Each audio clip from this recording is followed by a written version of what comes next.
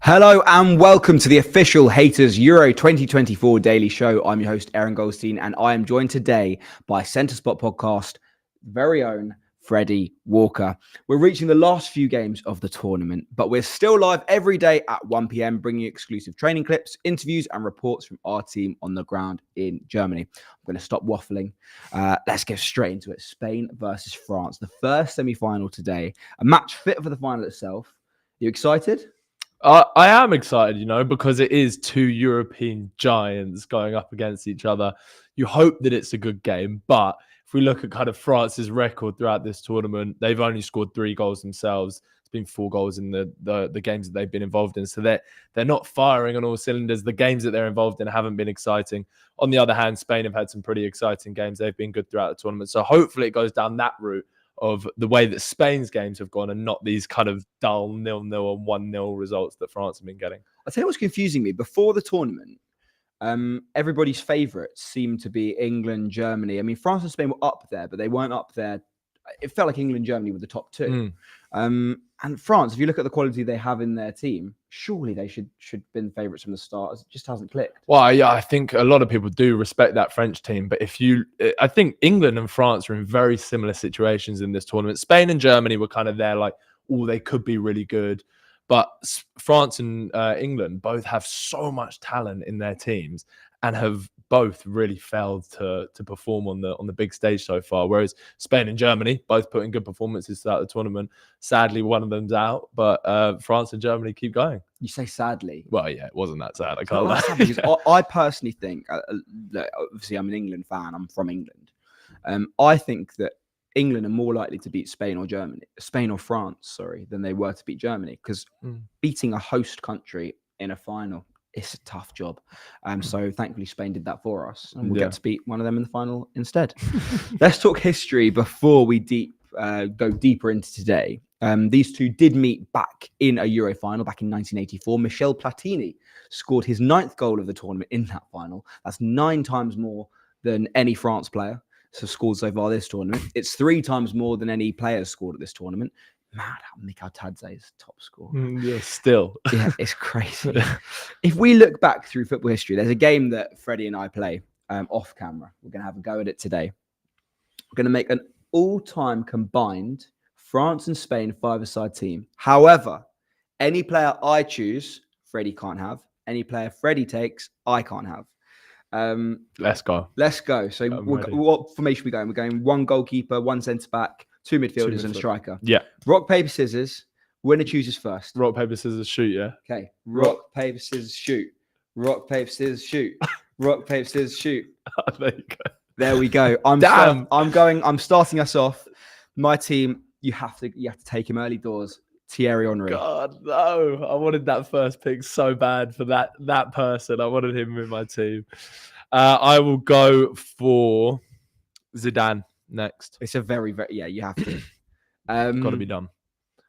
Oh, they've had so many good midfielders. That's the thing with the France and Spain midfield. The reason I wouldn't pick Zidane first is because the options are so good if you don't choose him. Yeah, whereas agreed. The drop-off debatably from Henry to someone else is but bigger. Then the problem is that Henry had to be picked first because the strikers in the Spanish and French teams of all time don't go anywhere near the level that Henry hit, really. Think back that Spain team of 2008, 2012, and then do you know it's mad because people always talk about that one, but France 98 to 2000, they also won the World Cup and the Euros. Yes, they didn't sandwich it with another one. Those two teams, they played each other. We get a very, very good game. My next, you get 2 picks actually because I picked first. Okay, well then I will take Puyol at centre back. Puyol over Ramos. Yeah, I'm going to take Puyol over Ramos. I think I want that grit and that just disgusting defender in my team. Instead of the kind of flair, sexy on the ball defender. Even though he is also a very gritty defender. Puyol, I'm going to go for Puyol. Puyol was such a leader as well. People forget. People always talk about Lisandro Martinez at Man United, like not being that good. Look at his height, whatever. The truth is that Puyol was also very small. It doesn't matter. Yeah, it just matters how you defend. I love his mentality for sure. So you've got a centre back and a midfielder.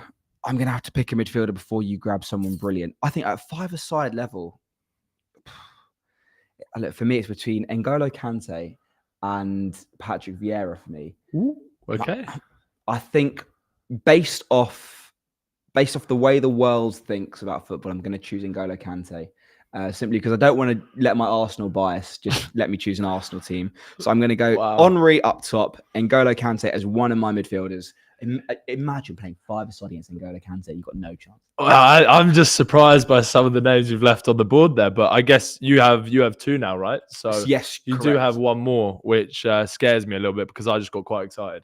But I'm going to put in Andres Iniesta. Okay. Well, that works for me. So obviously another incredible pick, scored that winner in the World Cup final for Spain. But the man that I would prefer to have in my team, the vision, the passing accuracy would be Xavi Hernandez. The man, the beautiful, beautiful Spanish midfielder. Whilst between him and Iniesta is a tough shout, I actually would have picked Xavi next. Then I'm going to pick my goalie, Casillas. I think I've got to get Casillas in there because I think he is the best goalkeeper out of the French and Spanish goalkeepers over history. Yeah, okay, that has put me in quite a pickle. So, my team's going to be quite heavily French then. I mean, there's only 5 to choose from. So is this my last 2 picks? I get my goalkeeper and my centre-back. It leaves me with, quite honestly, the only goalkeeper to choose is Hugo Lloris. His longevity, because we're actually going to touch on French goalkeepers obviously in the show today. He played every tournament for France from the World Cup 2010 onwards until now. It's amazing considering he had such a horrible career playing for Tottenham. I would just say that France had Barthez, I think, for that period that you spoke about, the 98 and 2000 World Cup and Euros. Could potentially, we obviously were maybe a little bit young for that to know him particularly well. I think Lloris was a fantastic goalkeeper.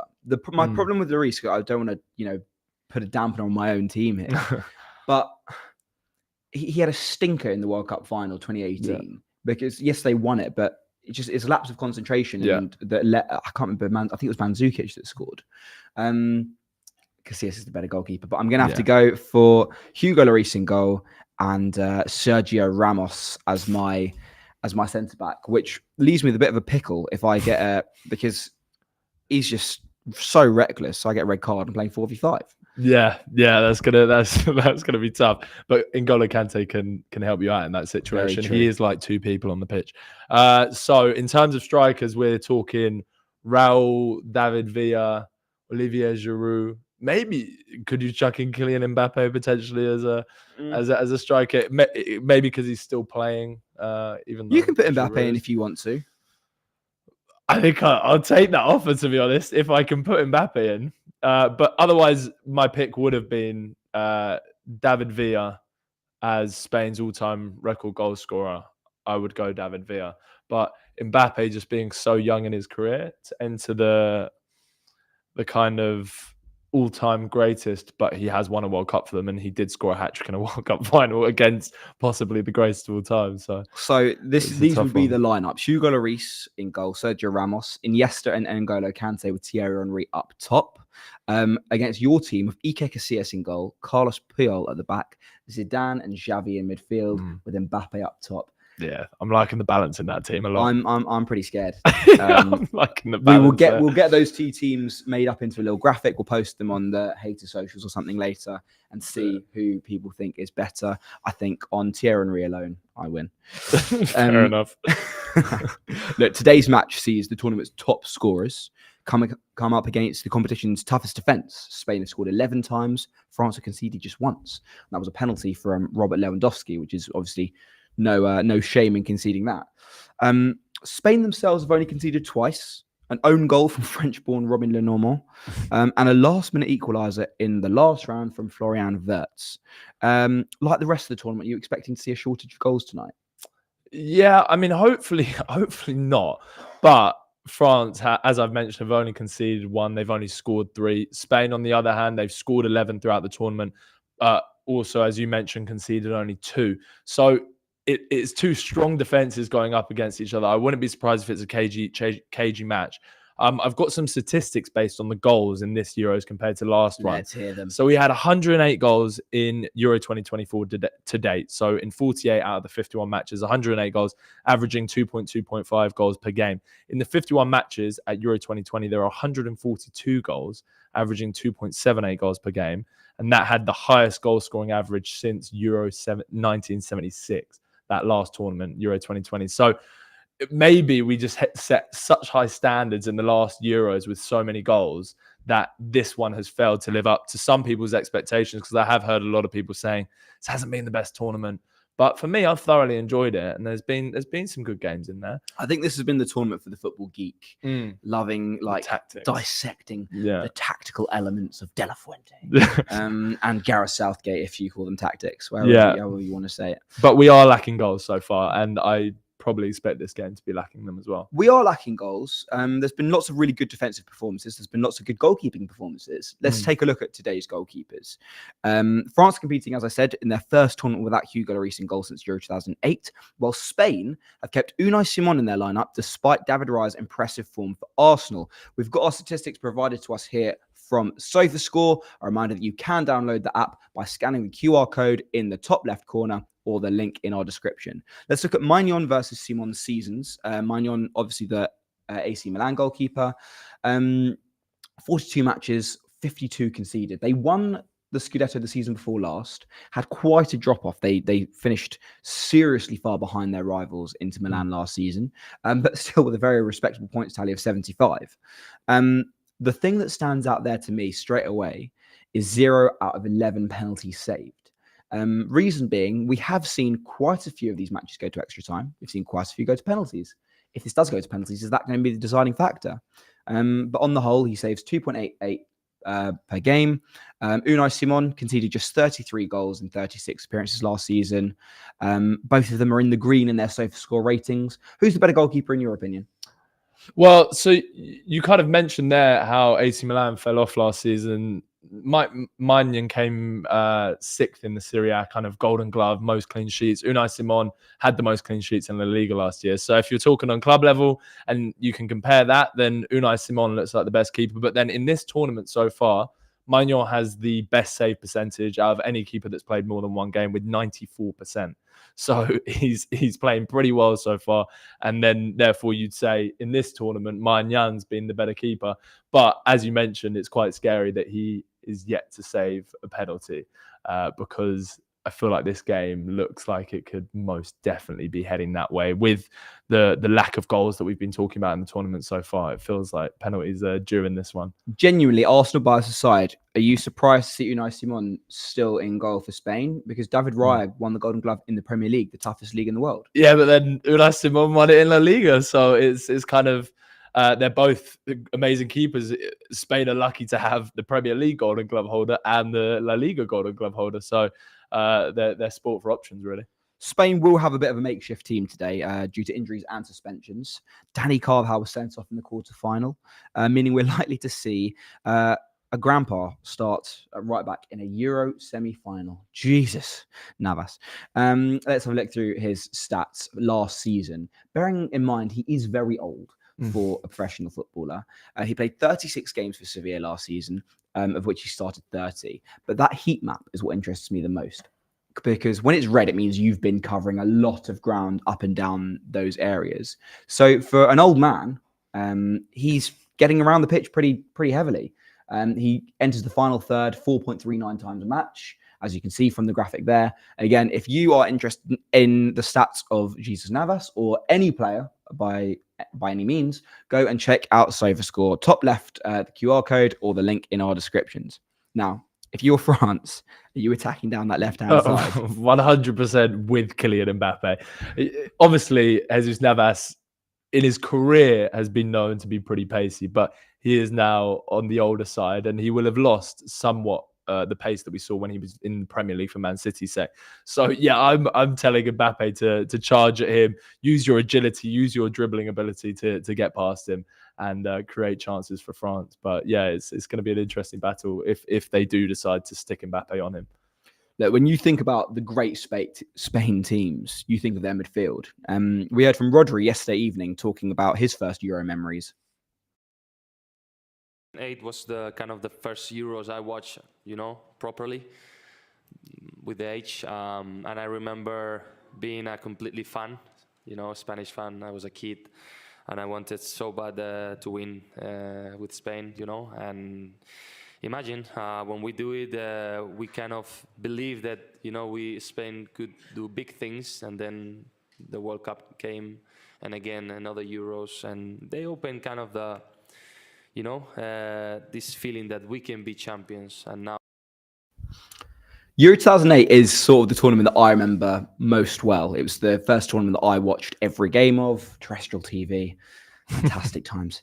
Do any of these Spain midfielders currently, because they've been fantastic this tournament, would any of them get into that Euro 2008 team? I've got my Euro 2008 sticker album when I was 9 years old right in front of me. I'm having a look through. Yeah, I mean, the only man that could possibly get into the 2008 one is Rodri, and that would be for Marcos Senna. No disrespect to him, he was the holding midfielder for Spain in that 2008 squad, and he had a great career at Villarreal. But Rodri, I think, is potentially just a level above him, and he could play in that team pretty easily. It was crazy how quickly that changed, because by Euro 2012, there's no way anyone's getting into that team. No, agreed. Yeah, you can't take Busquets, Xavi, Iniesta, Xabi Alonso.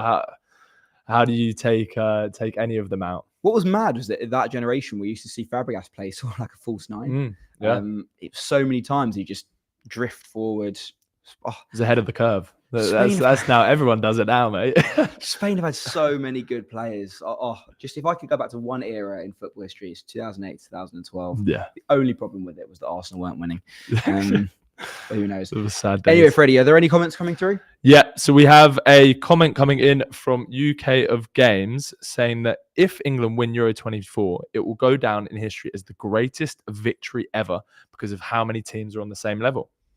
What do you think about that one? The greatest victory ever in international football, or in terms say in terms of Europe, so Euros, it could definitely be up there because the teams are very level and competitive in this tournament. It's up there, but the biggest win, in my opinion, is Greece 2004. People talk about Denmark in 92, but if you think about Euro 2004, I've got a sticker album right here from that tournament. That France team had Zidane and Henry. Yeah. The Spain team, they weren't quite at their golden generation yet. That England team was ridiculous as well, with Wayne Rooney just breaking onto the scene. Portugal were the host nation with a young Cristiano Ronaldo, but they had Figo at his prime.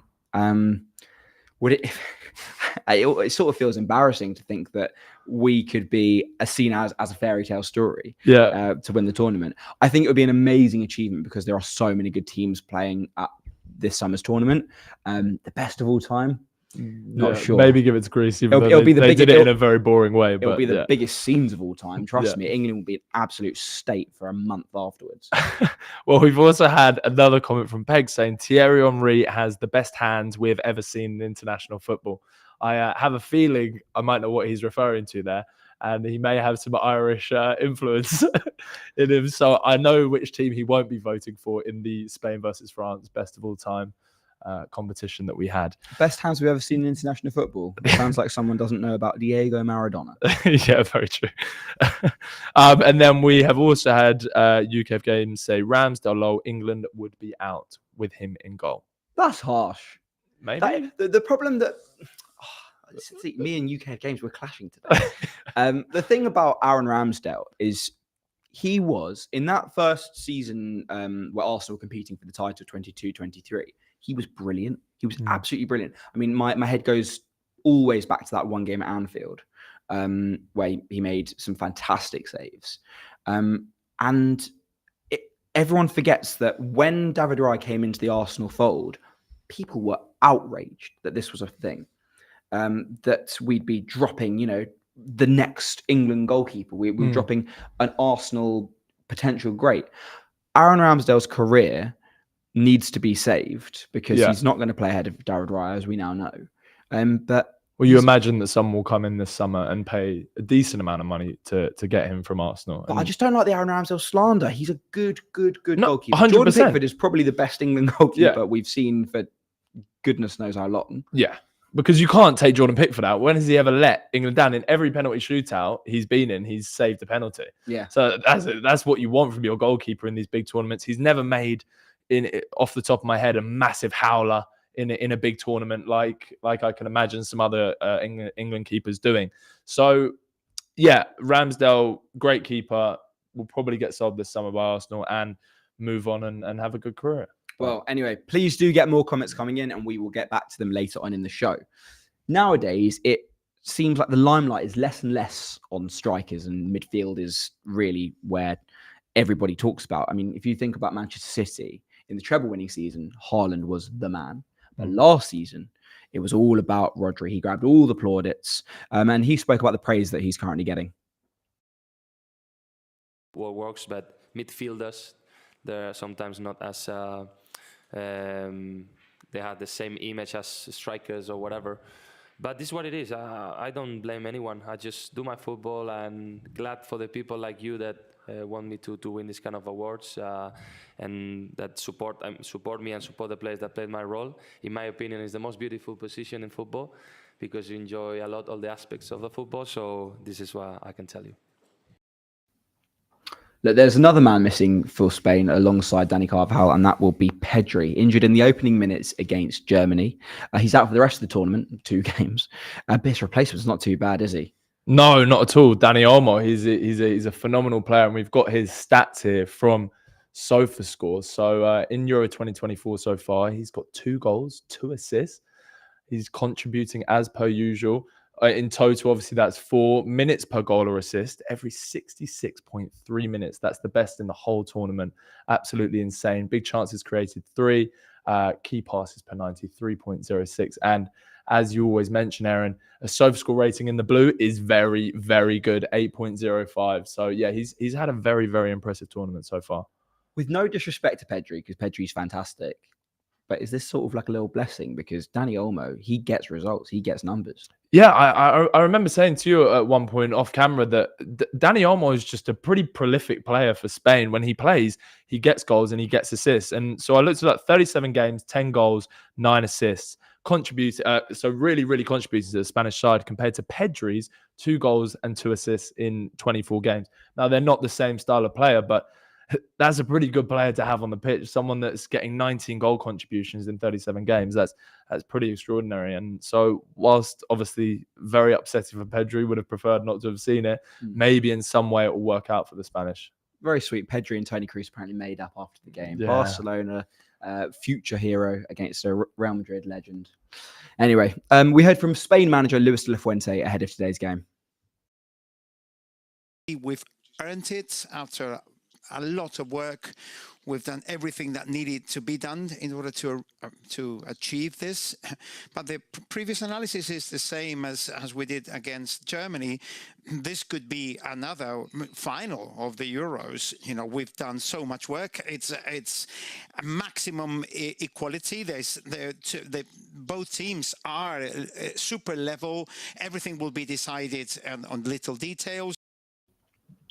8 players have scored for Spain so far this summer, with 1 own goal from future Arsenal great Calafiori. Their captain and striker Alvaro Morata has found the back of the net just once. If you're Didier Deschamps, who is the Spain player that you're worried about most? Lamine Yamal and Nico Williams. I think this Spanish team as a whole are just so much more direct than they ever have been. The way that they go down the channels and put the ball into the box and just threaten teams with pace and directness. I saw a stat that Spain have registered lower possession totals than opponents in 2 of their 5 Euro 2024 matches, so against Germany and Croatia. That's more times than they've done so across 44 games at major tournaments between the 2006 and 2022 World Cups. So that one game was in the 2008 Euro final against Germany. Yeah. And then they never lost less possession than a team in any other game. Like, that's just absolutely obscene. And it shows that this Spanish team is different. It's very different, and I think it's not better. That's not what I want to say. But things change. Your identity in football changes with times and changes with the players that come through. I think it's really nice to see. Yeah. But away from Spain, the France team looked in very good spirits in training yesterday. We had our spies at their camp.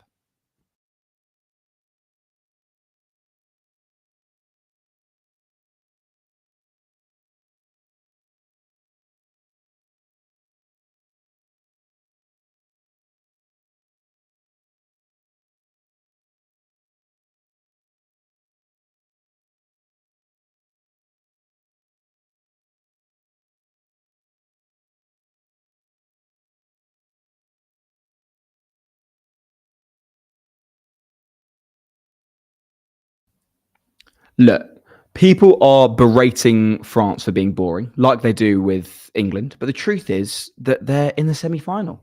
Playing boring football clearly works. At the heart of that so-called boredom is William Saliba. Let's run through his season at Arsenal with SofaScore. Obviously, you can download SofaScore using the QR code in the top left or the link in our description. The first thing that is really, really, really clear on that screen is his heat map. Like North London, his heat map is almost entirely red. He's everywhere because Arsenal play quite a high line, but he gets back. He's rapid. He played 50 matches for Arsenal, started all 50, scored 2 goals, got 1 assist. He wins a lot of duels. He wins more than he loses. That's what you need. 22 clean sheets in those 50 games. And over a tackle a game, he doesn't even need to because he just intercepts and he keeps players quiet.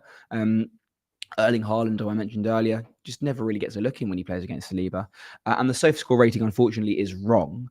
They've given him a 6.98 over the course of the season. I think they got the 9 and the 6 the wrong way round. But everybody makes mistakes. It's fine.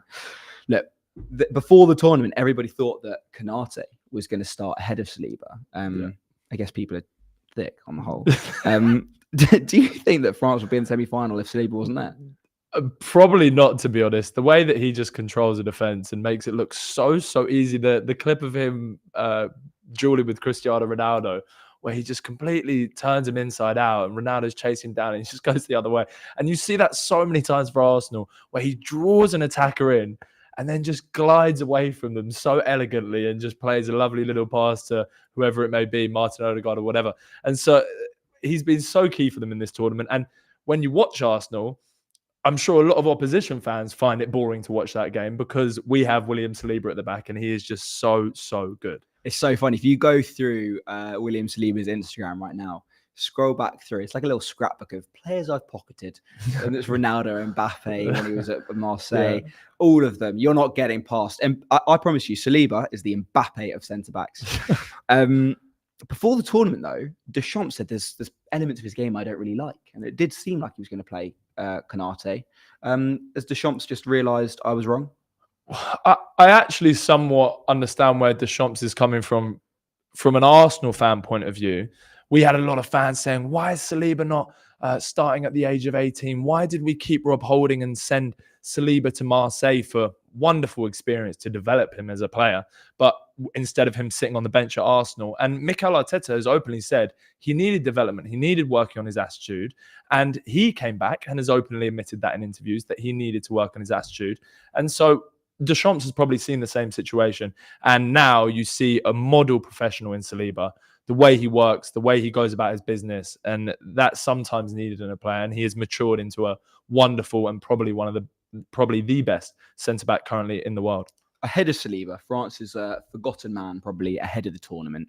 But it feels like he's never really been gone. The cutest man in football, except for maybe Bukayo Saka, N'Golo Kante. Look, through his France career, he's obviously won the World Cup, 60 matches. He's not really a goal scorer, to just the 2 goals and 1 assist for him. But France have never lost a match in a major tournament when N'Golo Kante has played. 13 wins and 7 draws. He's a monster. He always has been. Now, big question for you. Are Al Ittihad your favourites for the Saudi League next season? I'm joking. Will we see Kante overrun by the Spanish midfield today, or is that absolutely physically impossible? I can answer that one. The Al Ittihad one I would have struggled with. But yeah, the Spanish midfield are obviously very strong, but no one overruns N'Golo Kante unless you are you injure him essentially, and he's running around with one leg probably or one lung, something like that, because he is just so dominant, and I don't expect to see him get overrun today. We heard from Didier Deschamps, who's totally aware that today's battle is all about the midfield. Different Spanish teams, they've always had the ability to have a good midfield. They work as a 3 up until Pedri obviously was there before, and they have that ability to help the Spanish team keep a hold and control of the game. It also makes them dangerous up front, but we know that the midfield is as strong as well, with Rodri especially, who is a player that is essential to the Spanish team. Look, France have a pretty good midfield themselves, so it's going to be a very, very good battle. There was one man who was meant to grab all of the plaudits and all of the headlines this summer, but he hurt his nose. He's been very quiet in Germany, Kylian Mbappe, but he is a big game player. You expecting to see him come to light today? He is a big game player. You look at what he did in that World Cup final with Messi getting the hat trick. That's when he turns up. That's when he thrives. But he has had 20 shots at Euro 2024, and he's got 1 goal, and it's from the penalty spot. So he's struggling so far. It's not looking great for him. Maybe that broken nose has had a big impact on his tournament. Maybe he's not feeling quite right. But I wouldn't be surprised to see him pop up with a bit of magic tonight against Spain. I just don't understand why he's wearing the mask. Like, if he's saying it's hindering him, take it off. Like, it's your nose, break it, grow up. Look, Antoine Griezmann too. Golden Boot winner Euro 2016. He was the man of the match in the World Cup final 2018. And for Atletico Madrid last season, got 24 goals and 8 assists. Also, completely anonymous. Is it too much football? What's the problem? Yeah, it's hard to say, really. Like I mentioned with the kind of comparison with France and England in this tournament, where they both have so much talent, but they're struggling to use it in any kind of attacking way. You look at the criticism that Phil Foden's currently getting for England and how essentially non-existent he looks. It's very similar with Griezmann. Maybe he's just some collateral damage from the team performing poorly and playing quite defensively and not being able to use the attacking players to their full potential. Adrien Rabiot says team performances are more important than just Antoine and Kylian. Winning as a team is more important than winning on the individual front. And for Antoine and Kylian, they're maybe not as, their legs aren't as fresh as they maybe could be, but we are 100% behind them. We have 100% blind faith in them. We know that these are players who can change the game at any point. Therefore, we're going to need them right up until the very end, especially if we want to get to the final and take that final home. Team spirit's what's important. He sounds like a PE teacher or like your coach when you're in the under-9s. So cute, but probably so true. That is what scares me about England playing the Netherlands as well, because they do seem to have a good team spirit when they're on the pitch, and the way they kind of gel together, the way they're creating chances, just seems like they have a good connection, which I'm not currently seeing with England or France. Let's take a look through Spain and France's record against one another. This is actually very interesting. It's the first time they've played each other in a semi-final, but it's the third match in Euro's history that has now taken place in the group stage and across all rounds. So the only other two matches that have also got that are England versus Germany and Spain versus Italy. The two teams have played each other a fair few times, but none of the last 22 matches between them have ended goalless. I feel like that's just waiting. That's a recipe for a disaster. The only 0-0 draw was in a friendly match at the Camp Nou in 1963. The last European Championship that didn't feature either Spain or France in the semi-finals was Euro 2004. Now, as you see on the screen there, the largest win in a competitive match that either of them have had over the other is by a 2-goal margin. And I mean, that's not a thrashing by any means. So these matches are usually very, very, very tight. But France have just the upper hand in the wins in major tournaments over Spain, 3-1, and 6-2 in competitive matches, that taking qualifiers into account as well. It's a tough one. It's very tough to call. Let's hear your prediction, Freddie. Yeah, this is going to be a really, really tough one. And whilst France haven't looked good, I'm going to back them to beat Spain here 1-0. And my reasoning is that no side that has won 5 games has ever won 6 times in a single European Championship. So no team has ever done that, or 6 Euro games in a row. If you take 2 Euros back to back, no one's ever won 6 games in a row. So for me, that just is there to keep Spain quiet, and France will just get the job done, and Spain won't break that record. Who's scoring the goal for you? Kylian Mbappe, of course. He's going to be the star man once again. He's going to shine on the world stage and, put them through. For me, Spain broke German hearts in the dying seconds of extra time. I think they're going to have the same thing done to them today. I'm going for a France 1-0 win in extra time. William Saliba with a header. It's happening. Trust me. Look, so, well, whoever does win tonight has the honour of losing to England in the final, of course. England are in action tomorrow. Let's take a quick look at how the boys are getting ready for the big game. Adam. I'm not peddling. I'm going for it, slow him down. That's it. There we go. That's the picture. There we go. We've got the whole gang of them now. Yeah, that's good. That's lovely. Just carry on like that. That's good.